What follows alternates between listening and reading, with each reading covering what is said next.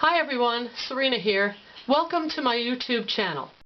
On part 1 of this video, I shared with you some things I learned from just the first few pages of my watercolor sketchbook. Let's take a look at some more things that will help you with your journaling. Alright, number 1. This point was so obvious, but I didn't see it right away. You know, sometimes we only see things one way, and that can get us into trouble. But how many pages do you see? Page 1 here, page 2 there, right? Well, even the manufacturers count 2 pages here.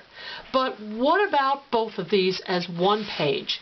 You know, if your sketchbook opens flat, don't limit yourself to individual pages. Draw a panoramic landscape or city scene. So, you know, maximize your tools. Use what you have and use it to the maximum. Number 2, mix enough paint for your project. Nothing is more frustrating than having to go back and trying to match more of an exact color when you run out. Now, oils and acrylics don't carry well into later painting sessions, but watercolors do. And, you know, don't be afraid to use or mix too much at first. Like, you know, you feel like you're wasting your paint or it's so expensive you don't want to do that. These dry on the palette and you can just wet them right again. You know, add color to them, whatever you need to do. Now, the first thing I do when I start a new painting is really to see what colors I've already mixed that will work as is or by adding more different colors to them.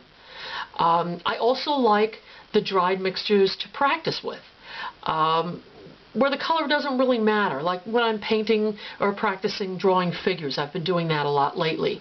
And it doesn't matter if the person's jacket is blue or black or red, whatever color I have, I use. So, you know, don't be afraid to mix enough paint, because you'll run into more problems if you don't mix it than if you do. Now the next few tips are kind of related, but let's start with buying needed supplies, especially if they're inexpensive. So this is tip number 3. Like single stock open watercolor pencil, that's not expensive, or tube of paint, or in my case I needed brushes.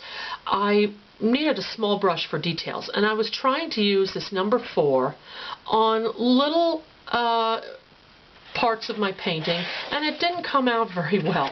I kept going over the lines, even though I tried. Was this painting right here that really got me. I just kind of blipped right over that line there because I was using the wrong brush. So I finally got some nice small brushes, and it really made the difference. Don't be frustrated with the wrong tools. You know, don't let your tools hold you back. Get what you need. Now, number 4 is to keep a running list of your supplies. Don't rely on memory. I use just a little notebook that I put my supply list in. Whenever I think of something that I need or I'm running low on, I see I'm running low, I just jot it down. Tuck it where you can get it to it easily, and then pull it out easily for your online order or trip to the art store. You won't forget the small items that you always wind up forgetting somehow. Tip number 5, try different brands of the same thing. Is the store out of your brand? Then try it from a different manufacturer. Don't be afraid to do that. Now, I swatched I've swatched my Turner set here, and I also swatched a few extra paint colors that I got from Schmenka. And, you know, you can see the differences. You might really like something when you try a different manufacturer. You might find your next favorite brand. But for this one, for example, I mean, I'm comparing the Prussian Green from Schmenka with Turner's Maya Blue. And they both have different qualities. I kind of like the Turner, the way it's granulating. I don't know if you can see that on there. I'll lift it up so you can, hopefully. The way it granulates on there versus the Prussian Green. But the Prussian Green color is kind of nice too. So they both have their good qualities, but it's nice to try something different once in a while.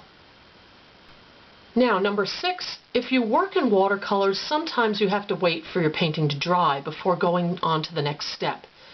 Keep several pads or blocks of paper going at once so you can work on something else while you wait for your first painting to dry. That's what I do. I was working on this for a while, and then I switched over. While that dried, I started the outline for my next painting here, but I'll go back to this because it is dry now, and I can just start working back and forth. You can flip back and forth, and it saves time and a little frustration because sometimes it's hard to wait for your paint to dry. Tip number 7 is to date each page or painting. Now, this is something I wish I would have done.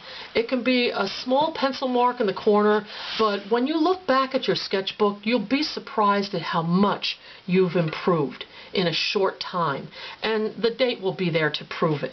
So I'm just going to date this. I remember this was July of 2020. So that little mark there is enough for me to keep track. I hope you liked this series and found it helpful. If you did, consider subscribing and leave me a comment and let me know what you've learned from flipping through your journals. See you next time.